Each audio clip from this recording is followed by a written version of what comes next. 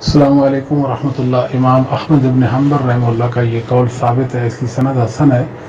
باقی اس سے جو بات ثابت ہوتی وہ یہ ہے کہ یزید قاتل حسین نہیں تھا، ورنہ امام احمد بن حنبل اتنے بڑے سانحہ اور حادثہ کو چھوڑ کر اس سے جو کم حادثہ ہے مدینے والا اس کو ذکر نہ کرتے۔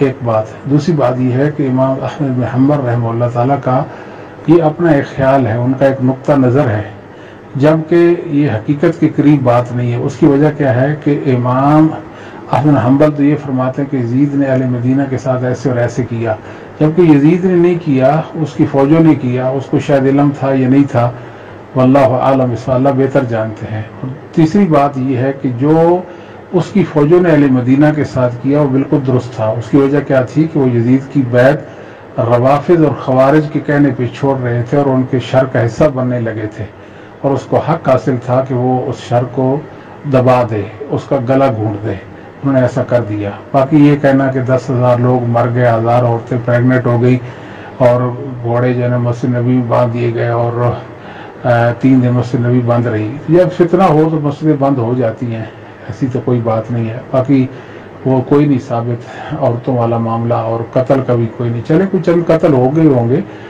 اس لیے عبداللہ بن عمر کہہ رہے تھے نا بھائی، ہم نے اللہ اور اس کے رسول نے جو بیعت کی شروط عائد کی ہے ان مطابق یزید کی بیعت کی، آپ بیعت نہ توڑے ورنہ نقصان اٹھائیں گے۔ اٹھا لیا نقصان، بس بات تو اتنی ہے۔ واللہ اعلم بالصواب۔ السلام علیکم ورحمۃ اللہ وبرکاتہ۔